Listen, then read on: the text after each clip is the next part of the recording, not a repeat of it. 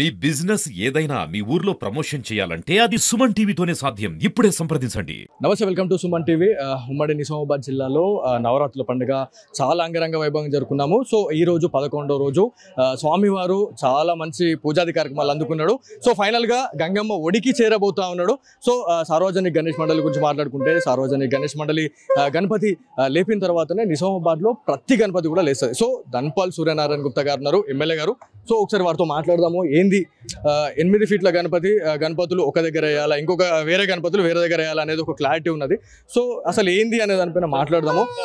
Sir మీరు చెప్పండి sir. అంటే చాలా అంగరంగ వైభవంగా ఇందూరు ప్రజలు చాలా మంచిగా పూజాది కార్యక్రమాలు చేయడం జరిగింది. స్వామి వారిని గంగమ్మ ఒడికి చేర్చబోతా ఉన్నారు. సో ఫైనల్గా ఒక డౌట్ అనేది ఉంది చాలా మందికి. 8 ఫీట్ల గణపతులు ఏదైతే మనకి బాసరికి తరలిస్తూ ఉన్నారు, దానికన్నా పెద్ద గణపతులు ఏవైతే ఉన్నాయో ఉమ్మడికి తరలించాలని చెప్పేసి అని అనుకుంటున్నారు. కాకపోతే దీంట్లో కొంచెం మిస్కమ్యూనికేషన్ అనేది జరుగుతూ ఉంది. సో మీరేం చెప్పాలనుకుంటారు సార్? ఇక్కడ మిస్కమ్యూనికేషన్ ఏం కాదు. ప్రతి సంవత్సరం కూడా వందలాది గణేష్ మండపాలు కొత్తగా ప్రతిష్ఠించడం జరుగుతూ ఉంది. గణేశుడిని సంఖ్యారీత్యా బాసర కానీ ఉమ్మెడ కానీ ఇతర ఏ గంగా ఒడ్డునైనా కానీ చివరికి గణేశుడు తన తల్లి ఒడిలో, గంగమ్మ తల్లి ఒడిలో చేరుతాడు. ఉమ్మేడైనా ఎందుకంటే సంఖ్యాపరంగా బాసర్లో, ఎందుకంటే బాసర్ అంటే చుట్టుపక్కల ప్రాంతాల నుంచి కూడా వస్తున్నాయి చాలా మటుకు. నిర్మల్, బైన్సార్ నుంచి కూడా రావడం జరుగుతూ ఉంది. అక్కడ 24 గంటలు జామ్ జరుగుతుంది. అది వాళ్ళు రోడ్డు డైవర్ట్ చేసి ఇప్పుడు నిజామాబాద్ నుంచి పోవాలంటే వయా నిర్మల్ నుంచి లేదా రిటర్న్ కావడము 24 గంటల పై పడుతూ ఉంది వాళ్ళు తీసుకెళ్ళి మళ్ళీ రావడానికి. అందుకే ప్రభుత్వము అన్ని రకాలుగా ఆలోచించి చర్యలు తీసుకున్నారు.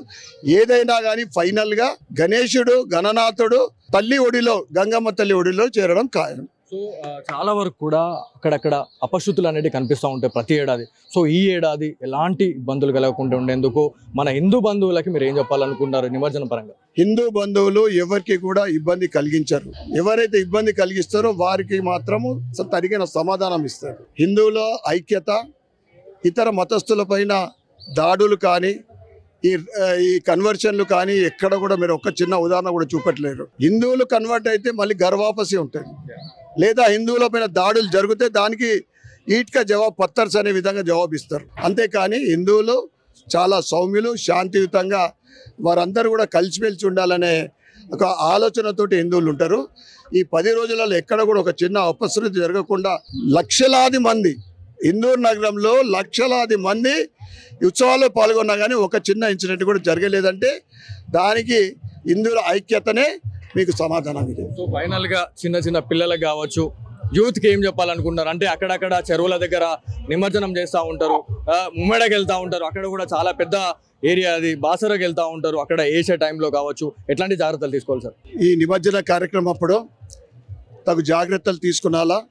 దానికి దగ్గరలో కాకుండా జాగ్రత్తగా అక్కడ వాళ్ళు, పోలీస్ వాళ్ళు, అక్కడ ఉన్న వాలంటీర్స్ ఇన్స్ట్రక్షన్ ప్రకారము హడావిడి చేయకుండా ఈ 10 రోజులు మనం ఎంత శాంతియుతంగా ఉన్నామో నిమజ్జనం కూడా అదేవిధంగా ఎటువంటి ఇబ్బందులు కలగకుండా నిమజ్జన కార్యక్రమం చేయాలని నేను హిందూ బంధువులందరూ కూడా నేను కోరుతా ఉన్నాను. Thank you sir. సో ఇది యాక్చువల్లీ నిజామాబాద్ జిల్లాలో ఇప్పటికే ఒక కోలాహలం అయితే ఏర్పడింది అనేది మనందరికి తెలిసిన విషయమే. కాకపోతే సో ఒక క్లారిటీ అనేది మిస్ అయింది. దానివల్లే అసలు ఎలాంటి విగ్రహాలని ఎక్కడికి పంపిస్తూ ఉన్నారు, ఎక్కడ నిమజ్జనానికి పంపిస్తున్నారు అనే దానిపైన ఒక క్లారిటీ అయితే మెయింటైన్ చేయడం జరిగింది. సో ఇది యాక్చువల్లీ ఉమ్మడి నిజామాబాద్ జిల్లానే కాదు, యావత్ భారతదేశ వ్యాప్తంగా కూడా అన్ని వినాయకులు ఏదైతే ప్రతి ఏరియాలోనే ఏదైతే నదులు కావచ్చు, సరస్సులు కావచ్చు, దాంట్లో నిమజ్జనానికి అయితే వెళ్తున్నారు అనేది మనకు తెలుస్తూ ఉంది.